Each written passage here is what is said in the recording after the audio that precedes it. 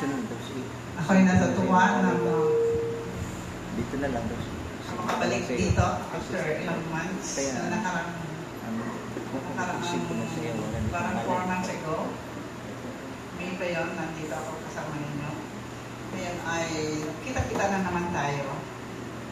At ngayong umaga po ay nais kong dalhin ang isang pag-aaral na may pamagat siya, bitter or better.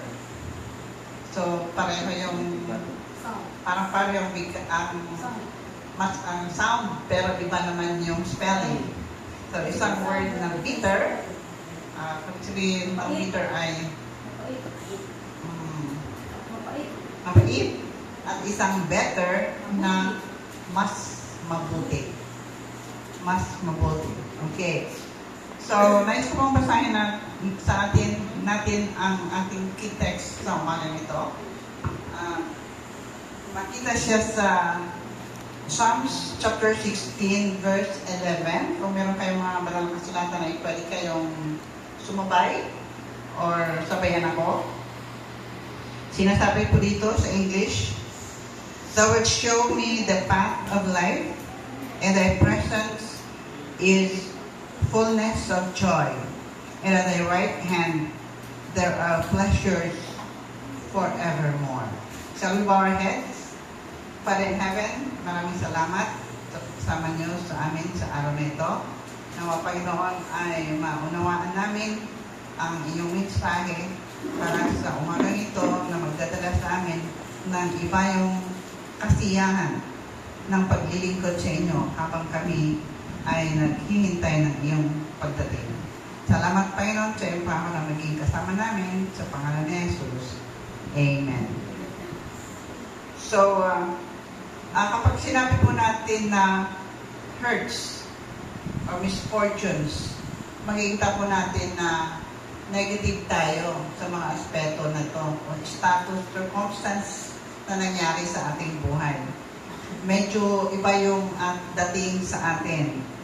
At kapag sinabing misfortunes, ang ating attitude din ay nag-change. Diba? So, our attitude toward them, the shape will really shape our lives. Ang attitude natin sa mga dumating na mga pagsubok, mga pains, na pa yung naging hurts, may kinalaman ito sa mga failures, disappointments, unreached goals, or maybe may kinalaman sa mga tragedy na nangyayari sa ating mga mahal sa buhay. Sabi po dito, the poet said, one ship drives east and the other ship drives west. With the same wind, pareho ang ihip ng hangin sa kanila. It is the set of sails and not the gales which tells us the way we go. Yung sails ng bangka, yung sasakyan, di ba? Meron silang parang layag ba yun ang tawag? Yung parang, okay, ito yung set na ito yung nagdi-determine kung saan sila pupunta at anong direction ang kanilang pupunta. Sometimes, pag dumating sa atin ang mga misfortunes, yung mga kalungkutan sa mga buhay natin, ay makikita po natin na masasabihin natin, we really cannot help the hurt. Hindi natin matulungan o hindi ba tayo magagawa sa mga hurts, yung mga binibigay sa atin. Pero when hurt comes, sabi, I don't curse them. Hindi natin sila susumpain o hindi natin sila in-nurse, hindi natin silang alagaan sa ating mga puso. Okay, ang sabi po dito ay hindi natin sila rehearse ulit-ulit na babanggitin sa ating mga buhay. Kundi, ang sabi po dito is dahil pag ginawa natin daw yun, lalong magiging miserably ang buhay natin. When hurts come, sabi dito, under disperse them and reverse them. Kailangan daw ito ay haharapin natin at disperse, ibig sabihin, tatabi natin, and then rehearse, sabi dito, we are going to make them reverse, and under the miracle working of the power of God, the hurts may become hollows, and the scars may become, the scars, yung mga pinag-ano ng mga sugat, ay magiging stars ng buhay natin. So, pag sinabi natin na halos, ibig sabihin, magiging isang blessings. Magiging isang pagpapala sa atin. Yung mga negative na buhay na naranasan natin sa ating buhay. At ang mga sugat natin na may mga scars, tawag doon, na pinag-anuhan ay magiging stars. Magiging stars ng buhay natin balang araw. So, ito po ay maraming mga tao na evidence sa banal na kasulatan na napatunayan ang buhay nila. But this need the miracle working of the Spirit of God. So, ito yung ating panghawakan. Sabi po dito, okay, may isang kwento pala dito na nais ko ikwento. Isang young woman left her home. Iniwan niya ang kanyang tahanan sa California para sumama doon sa kanyang asawa na nasa malayong lugar, nasa Mojave Desert. So, pag desyerto, alam natin ano yung makikita doon. Sun, tapos very hot ang area. Doon na station ang kanyang asawa na isang army. And, siya na iwanan niya yung kanilang comfort to their home para makasama niya yung kanyang asawa na military. And dahil dito, there is what we call unbearable combination of hot or heat, napakainit, and then wala kang pag-istasyon ng mga sundalo, wala kang makita doon, siyempre mga sundalo. At pagkita naman, pagka ay sobrang init ang disyerto, wala kang maramdaman kundi init. At siyempre naging uncomfortable ang ating katawan sa sitwasyon na to. And ito ay naging naranasan niya at sinabi, may sulat ang kanyang tatay sa kanya na nagpaiba ng kanyang attitude. Sabi ng tatay niya dito sa letter, sabi niya, kasi heat and loneliness were for her unbearable combination until 2 lines in the letter from her father changed this. Sabi po dito, cursed her to change his destiny or attitude. 2 men looked out from the prison bars. Doon sa isang kulungan daw ay may 2 lalaki na nakatingin sa labas. May pagka-prison bars, may mga may mga rehas. So yung isang tao ay nakatingin siya doon sa putik na nasa harapan niya. Putik all around. At ang isang prison naman, a prisoner, ay nakatingin siya doon sa mga bituin, sa langit. So, ano kaya sa palagay niyo, sino kaya ang nagkaroon ng attitude na ibig sabihin, isang pag-iisip na nagpaganda sa buhay niya? Yung tao na nakatingin sa mud ay pinagsisisi niya yung sarili niya at ang mga tao na sa paligid niya kung bakit siya nandoon sa kulungan. Pero yung taong nakatingin sa stars ay nagkaroon siya ng pag-asa na isang araw, ako ay lalabas dito sa lugar na ito. That was the hope that was given him. So ito yung nagbigay ng inspirasyon sa babae ito na sa kanyang frustration, sa kanyang uncomfortable situation ay nagkaroon siya ng appreciation sa paligid. Na-appreciate niya yung mga bagay-bagay. And she was able to write a best-selling book. Habang siya ay nanatili doon, nakasulat siya ng isang selling book na naging popular sa buong mundo. So, dito ay sinasabi po, what have you lived for? Ano ba ang ating kalagayan bilang mga Kristiyano? Iba sa atin ay sinasabi na titiis na natin yung kalagayan natin hanggang dumarating ang Panginoon. Magtitiis tayo. And yun lang. Parang inano natin na ang susunod na mga henerasyon o susunod na future will become new to us. Sabi dito, a prominent psychologist asked 3,000 people the question. So ito yung tanong niya. Sa kanyang na-shock siya, disappointment, 94% were simply enduring the present. 94% are enduring the present while they waited for the future. Tinitiis lang nila yung present na kalagayan nila habang inaantay ang future. And only 6%, okay, sabi ko dito, they did not realize that tomorrow, waiting for tomorrow without realizing that anyone ever has the same today, because yesterday is gone and tomorrow may never come.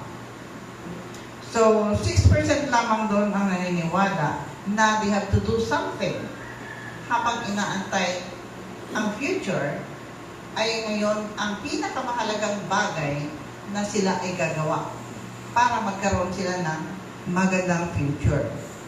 So, sino po, dito po ay sinasabi ito, conscious person are those who lead purposely. Mayroong kabuluhan ang buhay nila, constructive lives, and sometimes, in spite of privation and hardship and pain sa gitna ng mga naranasan ng mga kasakitan sa buhay, ay binigay nila ang kanilang sarili in the service of bringing happiness to other people. So, sa kanilang mga buhay ay hindi nila iniisip yung mga kahirapan na naranasan, kundi iniisip nila kung paano mapagaan nila yung mga buhay ng mga nasa paligid nila. Ito ang tinatawag na service. Ito ang ginawa ng ating Panginoong Jesus nung siya ay nandito sa sanlibutan. Service for the poor people. Sa mga tao na nakapaligid sa atin ay marami tayong katatapos na ng bagyo. Diba? Buti lang hindi kayo binaha dito. Sa ibang mga lugar, doon sa amin, sa Cavite, sabi ng anak ko si Troy, Ma, nagliliparan na yung mga bubong dito sa subdivision natin. Ha? Ganun kalakas yung bagyo? Sobrang lakas talaga. Nagliliparan yung mga bubong. Sabi ko, buti lang, hindi lumipad ang bubong natin. Hindi naman, sabi niya. Pero sa kapitbahay, ay makita niya, lumipad ang bubong. So, sobrang lakas ng hangin. So, sa mga tao nito ay marami tayong mga tao na sa paligid natin na they need, kailangan sila ng tulong natin. At ang kunting, at simple care and share na ibigay natin sa kanila, ito ay isang malaking pagpapala sa kanila at pagiging pagpapala rin sa atin.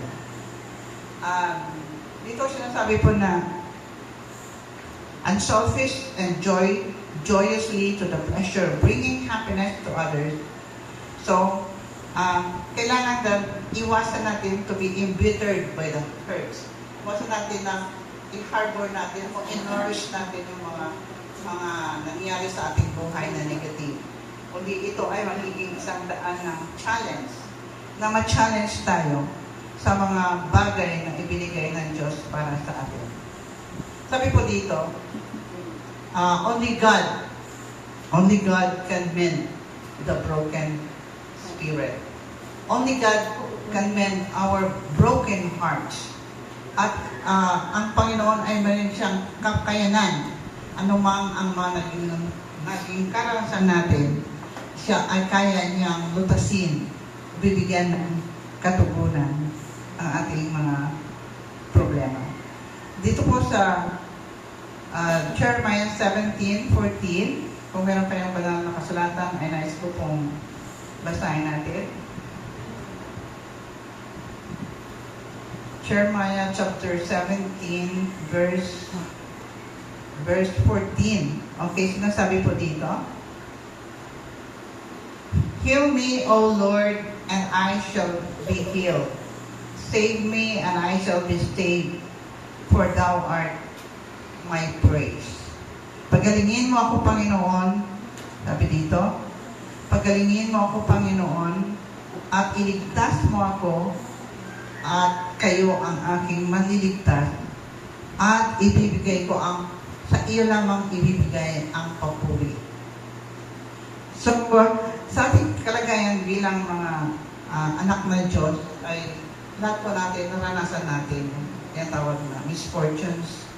Sabi nga dito, ang topic namin last nung women's ay about, ay tinatawag natin na end it now, di ba? Ewan ko lang kung naging ano na rin dito, end it now. Yung mga misfortunes, yung mga hurts, yung naranasan natin, yung mga parang unfairness na nangyari sa ating mga buhay ay end it now ang topic natin. Pero sabi doon lang, the last resort that could help us is no other than Jesus Himself. So, makakatulong tayo sa mga tao na mga hurt o nasasaktan, o mga tao na nagkaroon ng problema, mga tao na namatayan, nagkaroon ng mga problema sa kanilang mga relasyon. At ito ay isang paraan na ibinigay ng Diyos sa atin na we can open their hearts and their minds to be open to Jesus. So, bibigyan natin sila ng mga pagpapala na nanggaling sa salita ng Diyos, at ito ay bibigay sa kanila ng tinatawag na comforts. And here makikita po natin na kapag ginagawa natin daw itong paglilingkod, pagbibigay ng paglilingkod sa ating Panginoon, ay makita po natin na hindi lamang yung mga taong ito ang pinagpapala. Tayo rin. Na, alala ko yung nag-ano kami ng bus preaching, ay meron akong nakausap na isang konduktor. Sabi niya, kasi ang topic ko ay about Sabat. Lumapit siya sa akin, sabi niya, ma'am, mga Adventist kayo? Oo, bakit? Bakit mo alam? Kasi Sabat, yung sinermon mo eh. Tapos ng sermon ko. Bakit? Sabi niya, kasi ako, Sabatista din ako. Kaya lang nagbabakasyon. Ala, sabi ko, panahon na para bumalik ka, kapatid. Dahil malapit na talaga darating ang Panginoon. Eh sabi ko, in-invite ko siya doon sa Bradgate. Kanya layo, doon ako malapit ako doon sa Pasay. At sa Pasay, meron church tayo doon. Ewan ko lang kung ano yan. Pinakilala niya yung pangalan niya, pati ang church pastor nila doon sa Mindanao. Sinabi niya sa amin doon. Magano naman ang kapatid. Kasi ito ay panahon na talaga na bumalik tayo sa Panginoon at makipagsundo sa Kanya bago dumating yung ikalawang pagdating ng ating Panginoon. So mga kapatid, ang attitude natin sa ating buhay, sa araw-araw, ay ito ang magbibigay sa atin ng kagalingan, ang ating mga karamdaman, mga kagalingan ng ating karamdaman na maybe physical or maybe spiritual. Giving something for the Lord, doing something for the Lord, ito po ay magbibigay sa atin ng iba yung kasiyahan na hindi maranasan kung tayo lamang ay nakaupo at hindi gumagawa sa kanyang gawain. Sa isang panahon na kami ay nangaral sa sidewalk ministry kami dito sa Tanandaan, ay meron kaming nakausap na isang babae, sabi niya. Parang tindera siya dyan sa sabi niya, ma'am, pwede mo Bible studyhan mo yung aking asawa. Bakit? Adventist ka ba? Pero Sabado yun nandun siya, nag-duty. Sabi niya, oo, kaya lang, gusto ko nga ng Bible study yung aking asawa. Kasi nga, hindi siya, pero willing naman. Kaya sabi ko, sige, akin na, bigay mo sa akin yung pangalan. Hindi pa namin na-visit yan, pero nakikita namin siya dyan. Kaya minsan may mga tao na nasa paligid natin na naligaw na sila o nalandas, pero sila ay sa pamagitan ng ating mga pangangaral ay makita natin na sila ay willing na sila ay bumalik para bumalik sa Panginoon at maglilingkod at magtatapat. So, sa ating kalagitnaan makita natin, sometimes hindi natin alam, katabi lang pala natin yung mga taong nasaktan. Hindi natin alam, kasama natin sa church, ay hindi natin nakakausap. Minsan ay take for granted natin na may mga problema pala sila. Ito pala yung mga taong ito ay nasa tabi lang natin o nakakapitbahay natin. So it's high time na tayo ay makisalamuha sa kanilang at sabihin natin sa kanila ang ukol sa ating Panginoon. At sa ganon ay makikita nila na makikita natin that heaven will be unfolded in their lives at pagdating sa langit ay isa silang nakakalapit sa atin. Salamat kapatid dahil sa iyong paggawa ay ako ay narito ngayon. So isa sa mga program ng ating Central Luzon Conference ay yung tinatawag dito na introduce ko na lang kasi kaya naman yun sa practical. Hope and Time Secrets. Ito po ay may kinalaman sa ating huling kapanahonan na pabalita. Ito ay ibibigay sa mga eskwelahan, private or public, as a donation ng church. So sa isang church na can afford, ay pwede siya magkaroon ng 5 books na ibibigay. Siguro, iba naman yan, walang per sponsor. O sino mga sponsor sa mga small, siguro sa kagaya nito sa inyo, at least 2 or 3, pwede na.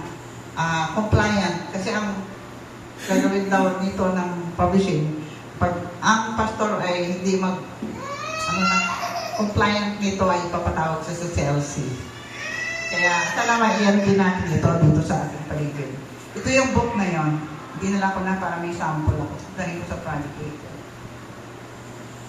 Hope and Time Secrets.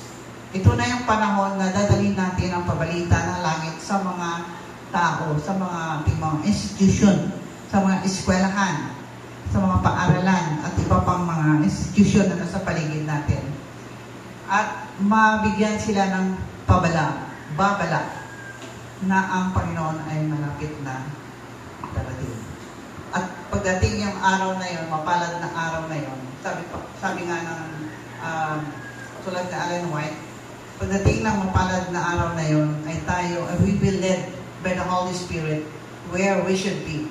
Might be preaching in the midst of people, or maybe going back to the mountain to continue the worship.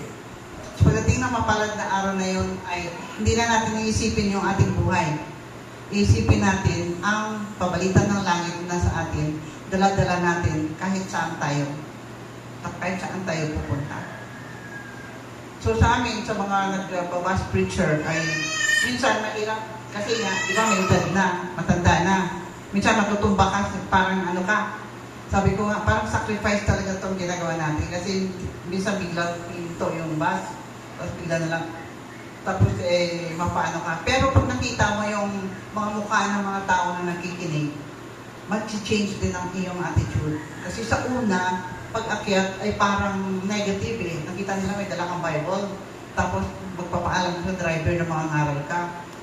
Pero once na magsalita ka na sa gitna, makita niyo po yung expression nila nag-change na. They have that awe or wonder sa salita ng Panginoon. Nagkaroon sila ng ibang aura ng mukha nila. Sa halip na tumingin sa kanilang cellphone, which is yun ang karamihan sa mga bus, ay nakatingin na sa iyo at nakikinig ko ano ba yung sinasabi mo ukol sa Panginoon. So, ganun ka-thirsty at hunger ang mga tao sa pakikinig ng salita ng Diyos. Kaya, kapag tayo ay ginagawa natin yung sinasabi ng Panginoon ay nagkaroon ka rin ng tinatawag na fulfillment sa iyong buhay bilang isang Christian. So, sa atin, magawa natin ito dito sa inyo pagka meron tayong mga crusade, pwede magka-create tayo ng mga iba't ibang cottage meeting para ang ating makaantay ng iba pang kaluluwa sa paligid natin. Marami, di ba? Dati umaten nun sa crusade na ginawa. So, pwede natin gawin yon para maikayat yung mga tao sa paligid natin na sa ating Panginoon, sa paanan ng ating Panginoon. So, sana pagpalain tayo ng ating Panginoon sa umaga nito at sana ang pagpapala ng langit ay ating maranasan. Habang tayo ay nag-aantay sa kanyang ikalawang pagdating, hindi tayo bitter.